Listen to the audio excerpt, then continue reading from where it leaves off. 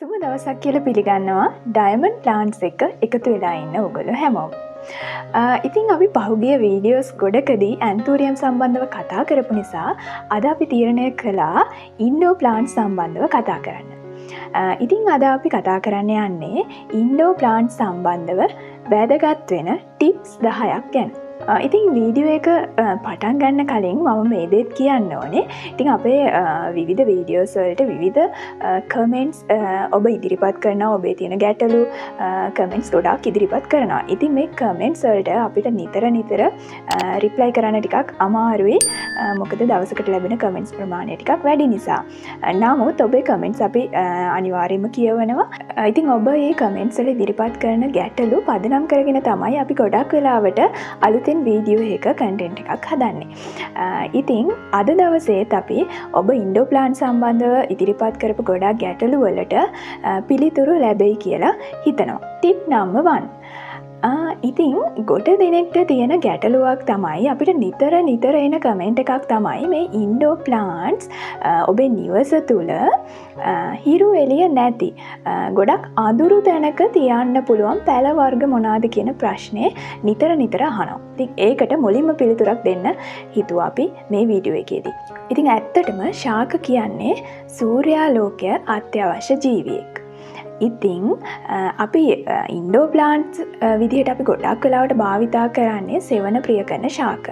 ඉතින් ඒ නිසා සූර්යාලෝක තීව්‍රතාවය ගොඩක් අඩු තැනක අපිට මේව තියලා තියන්න පුළුවන්. වෙනත් විදිහකින් කිව්වොත් සෙවන ප්‍රිය කරන ශාකනේ අපි ගොඩක් වෙලාවට ඉන්ඩෝ ප්ලාන්ට්ස් විදිහට භාවිතා කරන්නේ. ඉතින් ඒකෙන් අදහස් වෙන්නේ සීරෝ ලයිට් කන්ඩිෂන් එකක් නෙවෙයි. ඒ කියන්නේ සූර්යාලෝකය නැත්තටම නැති තැනක් නෙවෙයි.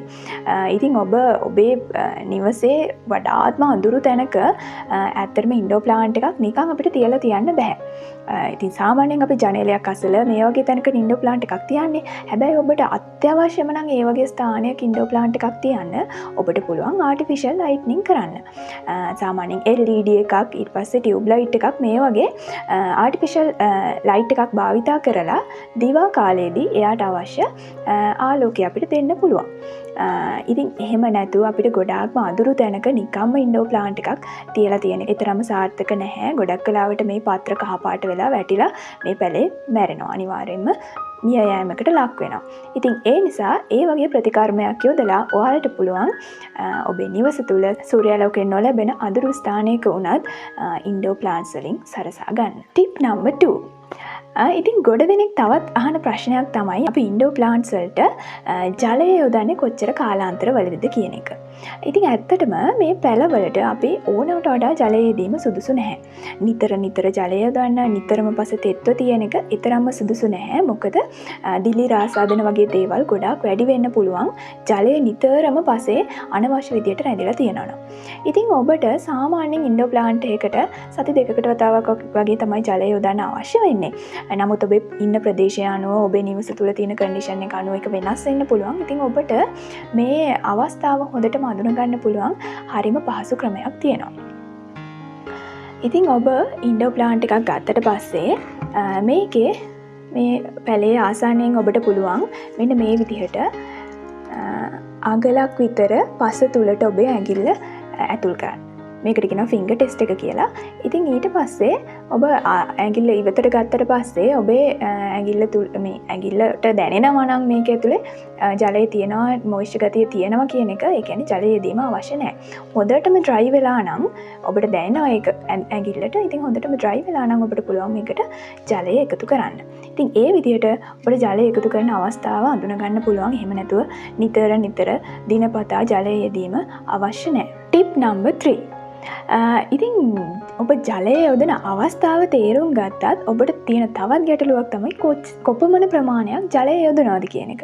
මොකද දැන් ගොඩක් වෙලාවට අපි සාමාන්‍ය විදිහට මේ පොට් එකක් නිවස තුල තිබ්බට පස්සේ ජලය යොදුවාම මේ සිදුරු වලින් ජලය පිට වෙලා මොකද වෙන්නේ ඔබේ නිවස තුල අපිරිසිදු වෙන්න බලනවා. ඉතින් මේක ඔබට ගැටලුවක් නේ. ඇත්තටම කොච්චර ප්‍රමාණයක් ජලය එකතු කරන්න ඕනේද කියන එක ඔබට ගැටලුවක්. ඉතින් ඒකට ඔයාලට යොදන්න පුළුවන් හොඳම ප්‍රතිකර්මයක් තමයි මෙන්න මේ විදිහට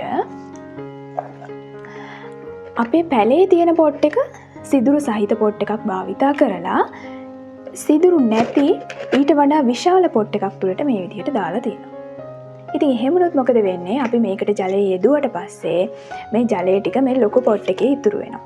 ඉතින් ඔබ ජලය යොදද්දිත් හොඳට මේ පොට් එකේ සිදුරු වලින් ජලය ඉවත් වෙලා යන විදිහටම ජලය යොදන්න. කියන්නේ පැලේට ඇති තරම් ජලය යෙදීම අවශ්‍යයි. ඉතින් එහෙම යෙදුවට පස්සේ මේ ලොකු පොට් එකට වතුර එකතු වෙනවා. ඉන්පස්සේ ඔයාලට පුළුවන් මේ පොට් එක ඉවත් කරලා මේ එකතු වෙන වතුර ටික ඉවත් කරන්න. ඉතින් ඒක තමයි හොඳම ක්‍රමය ඉන්ඩෝර් ප්ලාන්ට් එකකට ජලය යෙදීමේදී. මොකද නැත්නම් ඔබේ නිවස තුල ජලය එකතු වෙනවා. ඒ වගේ ගැටලු මතුවෙන්න පුළුවන්. නිවස අපිරිසිදු වෙන්න පුළුවන්. මේ වගේ ප්‍රශ්න මග අරව ගන්න පුළුවන් මේ වගේ ප්‍රතිකර්මයක් යෙදීම මගින්. Tip number 4. ඉතින් ඔබේ ඉන්ඩෝර් ප්ලාන්ට්ස් නිවස තුළ තියද්දී ඇත්තටම සාමාන්‍යයෙන් ඔබ විස්තර පත්‍රක ශාකන ගොඩක් කලාට ඉන්ඩෝර් ප්ලාන්ට්ස් පිට භාවිතා කරන්න. ඉතින් මේ පත්‍ර වයසට යනවත් එක්කම මේවා ඩ්‍රයි වෙලා මැරිලා යනවා. ඉතින් ඒ පත්‍ර අනිවාර්යයෙන්ම ඔබ ඉවත් කරන්න ඕනේ. සාමාන්‍ය ඉන්ඩෝර් ප්ලාන්ට් එකක් ගත්තොත් මෙන්න මේ වගේ පත්‍ර මිය ගිහිල්ලා ඉන්පස්සේ සමහර විට මොන හරි දිලීර ආසාදනයක් එහෙම නැත්නම් කෘමි හානියක් මේ වගේ දේවල් සිද්ධ වෙලා තියෙන්න පුළුවන්. ඉතින් ඒ වගේ කොටස් තියෙනවා නම් අනිවාර්යයෙන්ම ඔබ ඉවත් කළ යුතුයි. ඒ වගේම මෙන්න මේ වගේ පරණ පත්‍ර වැටිලා තියෙන්න පුළුවන් පොට් එකට. ඉතින් මේ පත්‍ර ඊට පස්සේ කෝටු කෑලි මේ වගේ දේවල් තියන්න එපා. මොනොත් අර දිලීර ආසාදන එනවා වැඩි. මේ අපේ නිවස තුල තියෙන කන්ඩිෂන් එකත් එක්කම දිලීර ආසාදන ගොඩක් එන්න බලනවා. ඉතින් ඒ නිසා මේ පොට් එකත් පිරිසිදු කිරීම ඉතාම වැදගත්.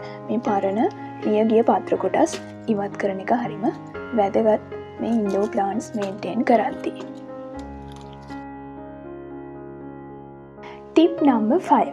ඉතින් ඔබ ඉන්ඩෝර් ප්ලාන්ට් එකක් නර්සරි එකකින් මිලදී ගත්තට පස්සේ ඒ මිලදී ගත් වහාම ඔබේ නිවස තුල මේ පැලේ තියන්න යන්න එපා. මොකද ඔබ නර්සරි එකේ තිබ්බ පරිසර තත්ත්වයයි ඔබේ නිවස තුල තියෙන පරිසර තත්ත්වයයි ගොඩක් වෙනස්. ඉතින් මේ පැලේට එකපාරම ලොකු ස්ට්‍රෙස් එකක් දරා ගන්න අමාරුයි. ඉතින් ඒ නිසා ඔබ මුලින්ම කරන්න ඕනේ ඔබේ නිවසෙන් පිට එලි මහනේ මේ පැලේ සාමාන්‍යයෙන් සති 2-3ක් විතර තියලා තියන්න ඕනේ. සාමාන්‍යයෙන් සෙවණ තියෙන තැනක ඔබේ පරිසරයට හුරු වෙනකම්. අනිත් එක වැදගත්ම කාරණේ තමයි ඔබ මේ පැලේ ගෙනල්ලා තවත් පොට් එකකට මාරු කරනවා නම් අර තියෙන පාංශු පරිසරයත් වෙනස් වෙන නිසා ලොකු ස්ට්‍රෙස් එකක් එනවා ශාකයට. ඉතින් වායෝ පරිසරයයි පාංශු පරිසරයයි දෙකම වෙනස් වුණාම මේ පරිසරයට හුරු වෙන්න මේ පැලේට කාලයක් යනවා. ඉතින් ඒ නිසා සති 2-3ක් හෝ මාසයක් පමණ වුණත් ගැටලුවක් නැහැ.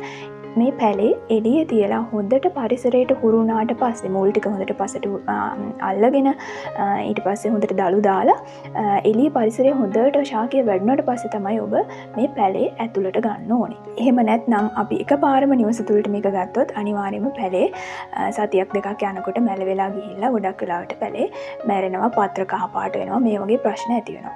ඉතින් ඒ නිසා ඔබ මතක තියාගන්න ඔබ පැලයක් මිලදී ගත්තාම මේ නිවසට ගන්න එපා. එලි මහනේ ටික කාලයක් තියලා තියන්න. Tip number 6.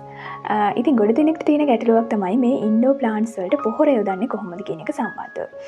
ඉතින් පොහොර යෙදීමේදී අපි සාමාන්‍යයෙන් ඉන්ඩෝර් ප්ලාන්ට්ස් කියන්නේ ගොඩක් වෙලාවට විසිතුරු පත්‍රික ශාකනේ. ඉතින් ඒ නිසා අපිට මල් පිපීම තරම් අත්‍යවශ්‍ය නැහැ. අපිට අවශ්‍ය මේ පත්‍ර නිරෝගීව ලස්සනට වර්ධනය කරගන්න පත්‍ර සහ කඳ මේ ටික වර්ධනය කරගන්න. ඉතින් ඒ නිසා අපි නයිට්‍රජන් වැඩි පොහොර එකක් හෝ බැලන්ස් පොහොර එකක් තමයි මේ ඉන්ඩෝර් ප්ලාන්ට්ස් වලට යොදන්න ඕනේ. ඉතින් ගොඩක් වෙලාවට අර ස්ලෝ රිලීසින් ෆර්ටිලයිස් එකක් භාවිතා කරන්න පුළුවන් නම් ඔබට මාස 4-5කට වතාවක් පොහොර යෙදීම ප්‍රමාණවත් වෙනවා. විශේෂයෙන්ම ඔස්මෝකෝට් එන් හෝ බැලන්ස් පොහොර එක අපිට කැට පොහොර එකක් විදිහට මේ ඉන්ඩෝර් ප්ලාන්ට්ස් වලට යොදන්න පුළුවන්. ඉතින් ඊට අමතරව ඔබට දියර පොහොර යොදන්න අවශ්‍ය නම් පුළුවන් තරම් කාබනික පැත්තට යන්න පුළුවන් නම් හොඳයි. මොකද අපි මේව නිවස තුල තියාගන්න නිසා රසායනික ද්‍රව්‍ය යෙදීම ඊතරම්ම සුදුසු නැහැ. ඉතින් ඔබට පුළුවන් නම් විශේෂයෙන්ම මෙන්න මේ මැක්සි ක්‍රොප් ඊට පස්සේ සුපර් මැක්ස් එන් ඒ වගේම ක්‍රොප් මාස්ටර් ඊළඟට ඇල්බර්ට් සොලියුෂන් එක වුණත් ගැටලුවක් නැහැ. ඉතින් මේ වගේ දියර පොහොර ඔයගොල්ලන්ට භාවිතා කරන්න පුළුවන්. ඉතින් මේ වගේ දියර පොහොර අපි මේ පත්‍ර වලට ස්ප්‍රේ කරනවා නම් නිවස තුල තියාගෙන ස්ප්‍රේ කරන්න එපා. මේක අනිවාර්යයෙන්ම එළියට අරන් යන්න.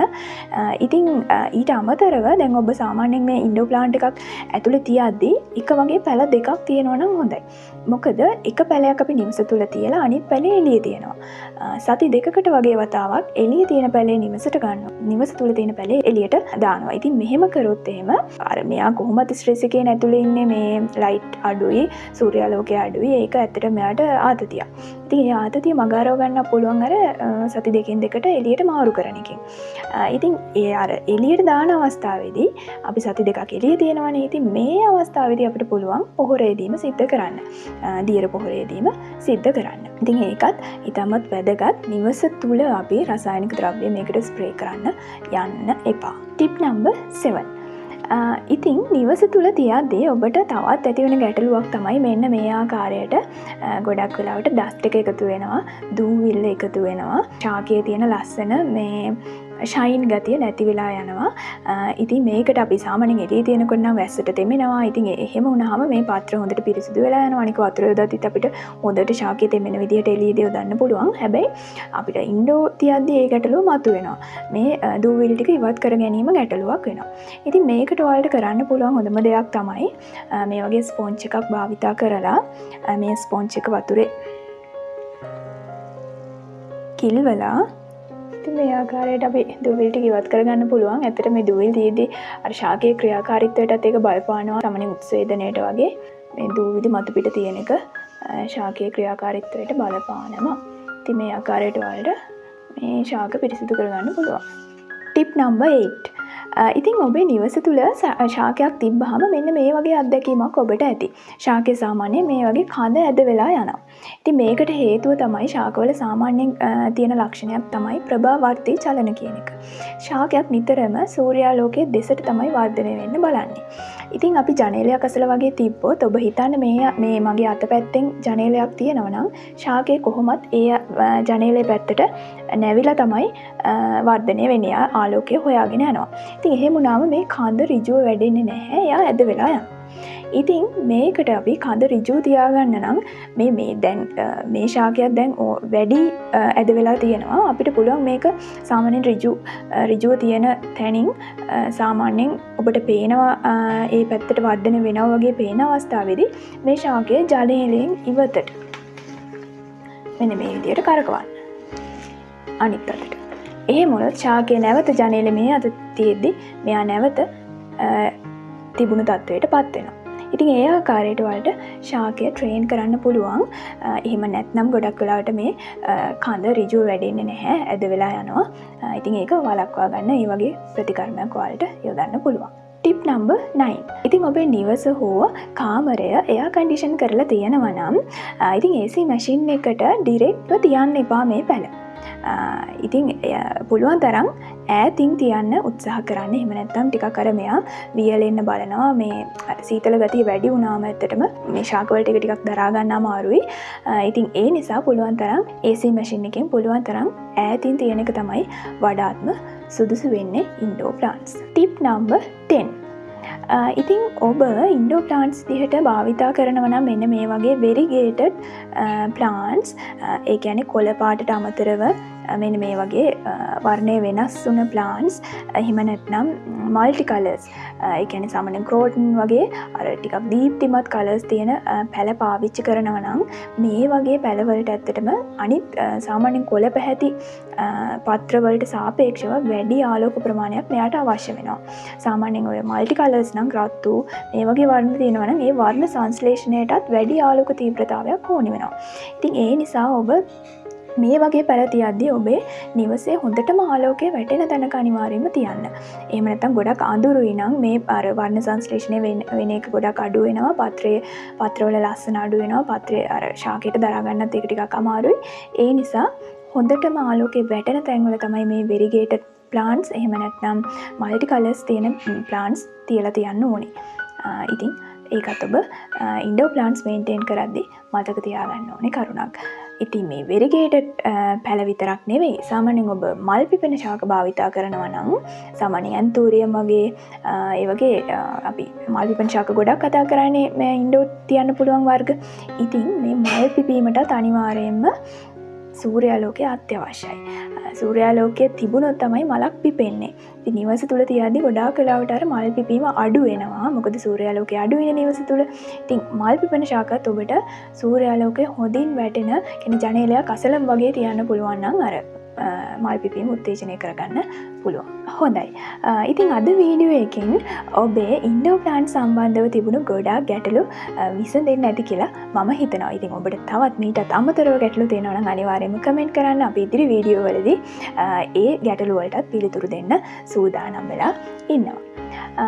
ඉතින් ඔබ තාමත් මගේ YouTube channel එක subscribe කරලා නැත්නම් Diamond Plants කියන මගේ YouTube channel එක subscribe කරන්න, like කරන්න, comment කරන්න, ඒ වගේම bell icon එකත් click කරන්න අමතක කරන්න එපා. එහෙමනම් නැවතත් මෙවැනිම වටිනා වීඩියෝ එකකින් හමු වෙනතුරු ඔබට සුබ දවසක්.